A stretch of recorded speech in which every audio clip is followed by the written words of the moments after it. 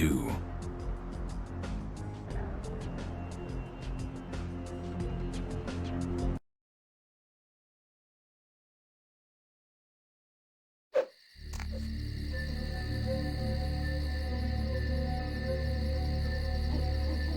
You! What are you doing here?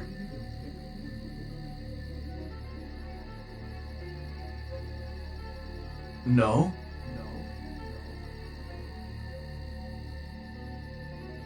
You should get out of here. This place is bad news. Pardon me.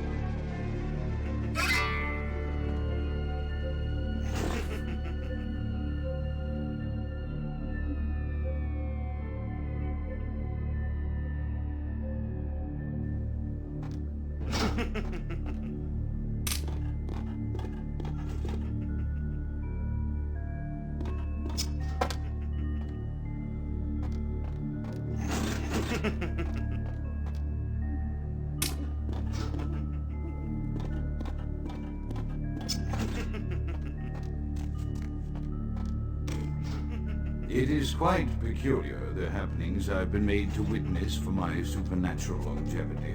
I am thinking of one unfortunate phenomenon in particular, of unique interest to my station, both as a professional and as a sufferer of this vampiric condition.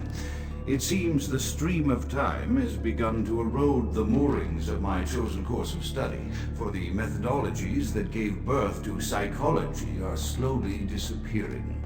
I find myself in an era that overlooks the physical component of psychological pathology time and again in favor of the sophistic practices of Freud. Phrenology, dactopintilism, and the rest of the old guard has fallen by the wayside, its champions all silenced and dead, with my unique exception.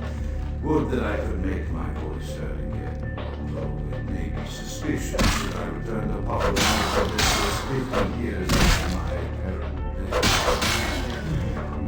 better that I continue my studies into the psychoses in secret.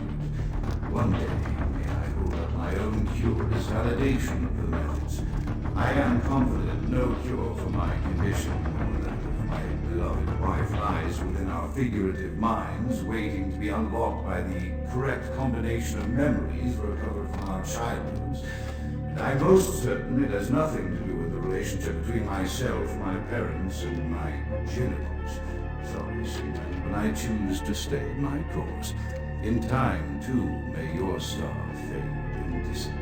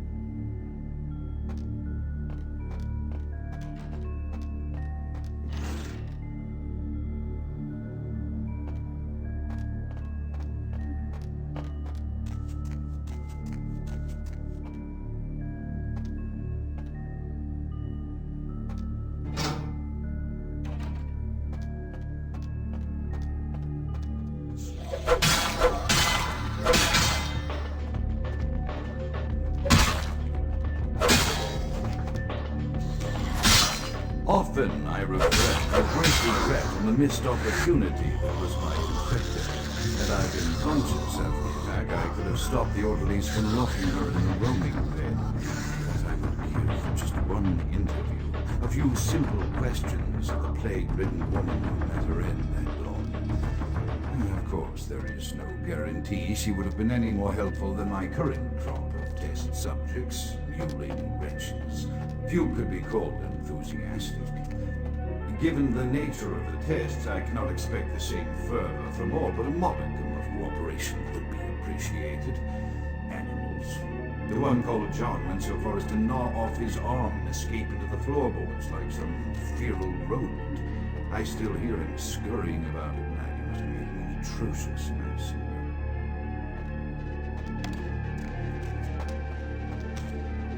My studies proceed at a languid pace. I'm mired in a foul ennui as my wife's illness advances. My subjects grow restless without proper supervision, but I cannot pull myself back from this black depression. How many nights I've wasted now, gazing from the tower walk, pondering the frailty of existence.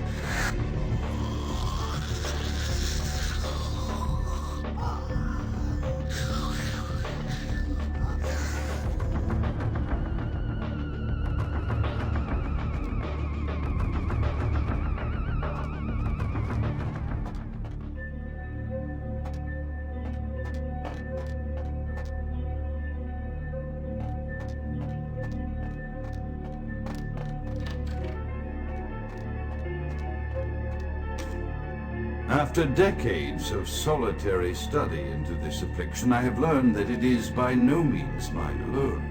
Indeed, the city is home to an entire society of similarly afflicted individuals with whom I've only recently made contact. They are an understandably standoffish sort by and large, but I have been able to confirm with them that the condition is indeed vampirism, which apparently comes in a multitude of strains, each with a spectacular set of symptoms such as invisibility and even a sort of lycanthropy. Through numerous official interactions with the governing body of this secret society, I have concluded that my fundamental understanding of the vampiric condition is totally lacking, and mired in suspicions and pseudo-religious dogmas would make a Turk balk for its figure. Indeed, they seemed impressed with my studies and the eloquence with which I was able to present them. Apparently, the typical sufferer of my particular strain of vampirism is far from the vanguard of the King's English. So impressed were they that they even offered me an office in their government, a rather high office by the sound of things. I believe I shall accept. If nothing else, it should provide a lofty vantage point from which to observe the breadth and epidemiology of the affliction, so that I may move more expeditiously toward a cure.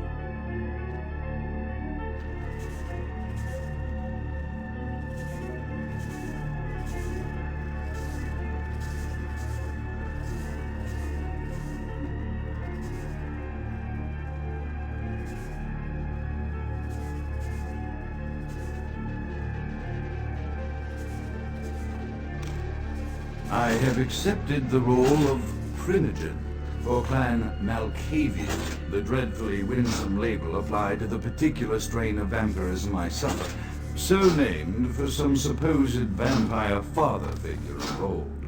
Poor poppycock, grown from a backward culture that seems entirely drawn to children's tales and the fiction of Victorian romance, when it should concern itself with the science behind their suffering. No matter. For I have taken this office for no greater reason than to advance my research. I must make mention, however, that even among my would-be peers in this governing body of vampires, the level of paranoia and superstition is frightening.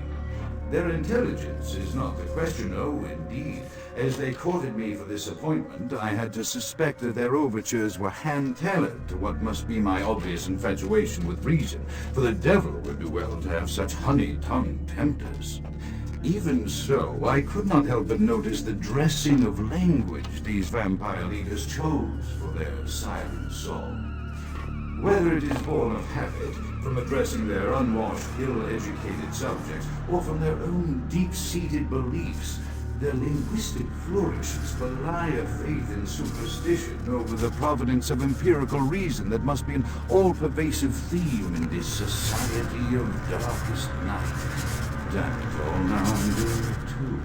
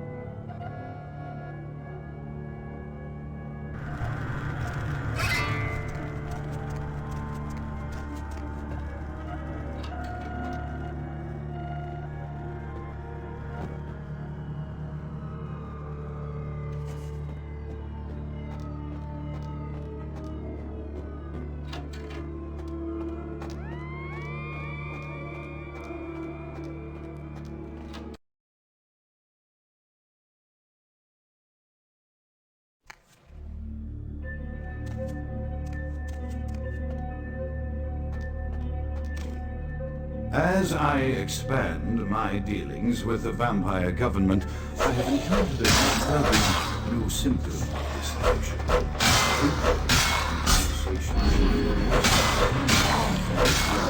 Voices that are not their own, with insight into their lives beyond their conversation. These voices seem to echo from deep down my soul. As the 37 belongs to my faith, you understand this? Various. I dare not mention proving themselves too might be loath to reveal any sign of weakness. Indeed, these voices counsel me against confessing their presence, and until I can confirm their source, I will listen. The information courses have given me ranges from curious to frightening. The latter case is especially true of one powerful vampire whose name I shall not commit to recording in the interests of self-preservation.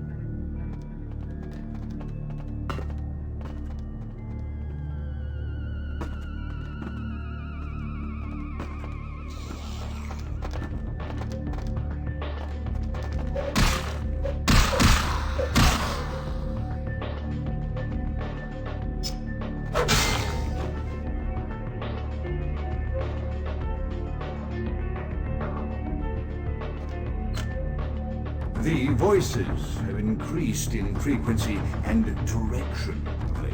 They have begun to stay with me long after conversation has ceased and are serving as quite a distraction. I fear others are beginning to notice my preoccupation at the vampire gatherings.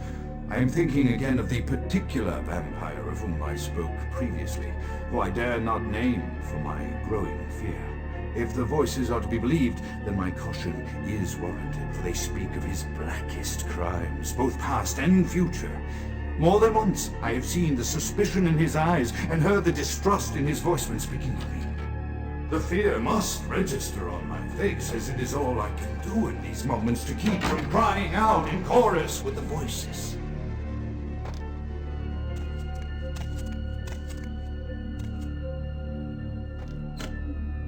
I am no longer safe. I know it. The voices have proven themselves authentic, and I have withdrawn from the Vampire Society entirely. My absence will no doubt draw attention, but I could no longer hold my fragile composure around the ravenous eyes of my vampire peers, especially not around him. The voices compelled me to make what I fear is a Faustian bargain, but I had to, for their demands are constant and merciless. I have secluded myself within the mansion. I know he will strike out at me. He will go to any length to achieve his ambitions, and he knows it, I know. I have taken precautions to protect my beloved wife. The cure will have to wait until our immediate safety is guaranteed. The mansion was constructed with security in mind, but at that time I was not privy to the full range of vampire capabilities. The voices echo in the twisted corridors of my psyche, dark whisperings of a macabre and formless menace, the approach of which portends an end to all of this.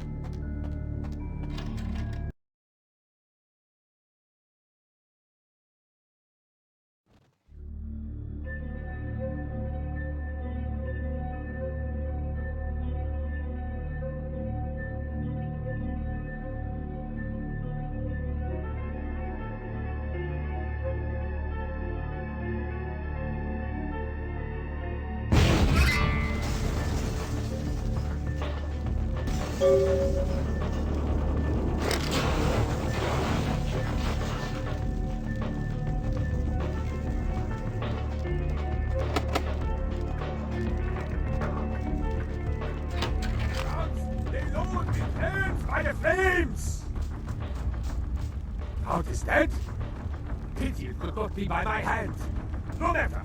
Soon your self-made kings and false prophets and all who bear the mark of the beast will be washed from the earth for the coming of the Lord. As you burn, tell them it was Grünfeld Bach who sent your damned soul to that lake of fire. All agents of Satan shall return to whence they came. Let this righteous display serve as the promised reward.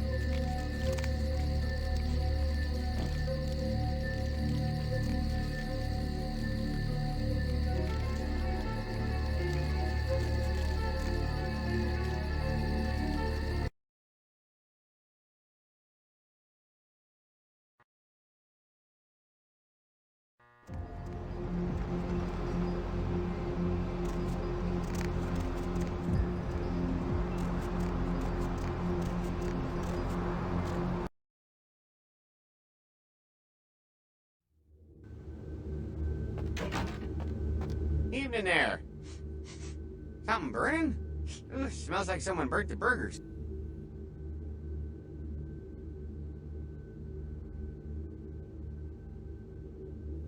Sure, I'll open her up for you. Jeez, I could go for one of them double spaced burgers with the onions and the cheese and some bacon and the guacamole. Ooh.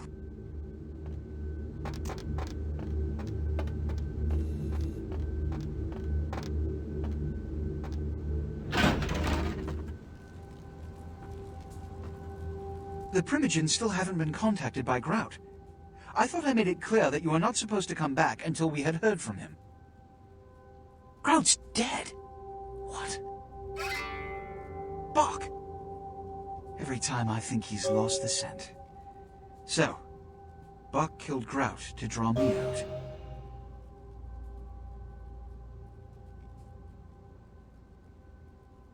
Bach is a hunter. They stalk and kill our kind to appease their god. But like many mortals, their so-called faith is nothing but a conduit through which they quench their killing urge. Who else would have killed Grout?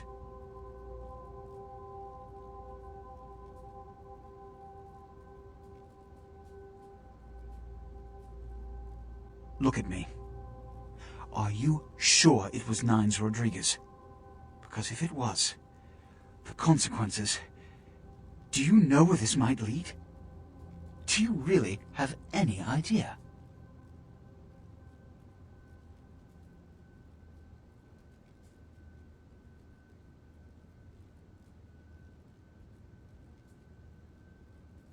It means, under most circumstances, I would call a blood hunt on the murderer immediately.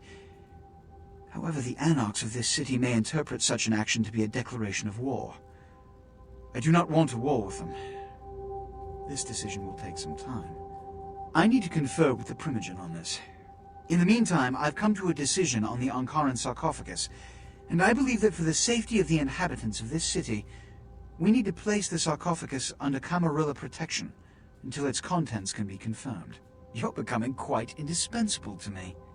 So, out of all my available personnel, I'm going to entrust the retrieval of the sarcophagus to you. It was quietly delivered to the Museum of Natural History a few hours ago. The manifest from the Dane shows there was a small box from the same dig on board, but it was listed as missing. Keep an eye open for it. It may have been overlooked. It's crucial we get the sarcophagus in our possession within the next few hours. Here are the keys to the front door of the museum. The sarcophagus should be in an examination room of some sort. There's a small security staff on site, but I don't want a massacre. Mortals are just as easy to deceive as they are to kill.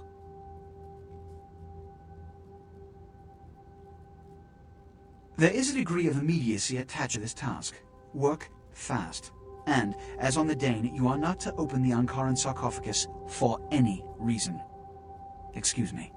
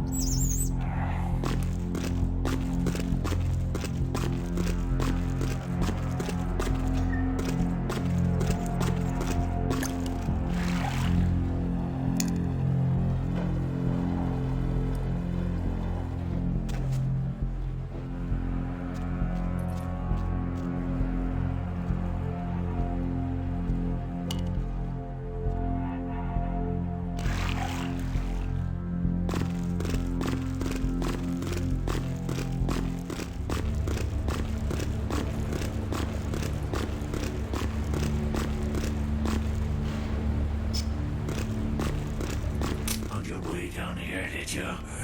Following the smell of entrails and rotting flesh? Looking for a free meal, little bloodsucker? There's meat galore in my kingdom. Brother Canker, they call me. High Lord in the diseased halls of the dead. Look around you. The blood. The bloated bodies. The maggot-ripped mortal shells. These are the signs. The coming of a new age. The Brotherhood of the Ninth Circle. The darkest dawn is almost upon us. Come, join us in these last nights, spreading our disease upon the earth, sharing this unholy communion with our human herd. The doors have been opened, the seals broken, and the final steps into the abyss, the terrible mysteries of the Ninth Circle. They are the weak, sick, hopeless. I bring them a new purpose. They are the vessels of darkness, carrying the diseased truth in their veins. The Brotherhood of the... The doors have been opened. They are the Brotherhood of the... They are... Come, join the disciples who have gathered here, floating in their own putrescence. I will show you the mysteries of our brotherhood, and I feed on your flesh!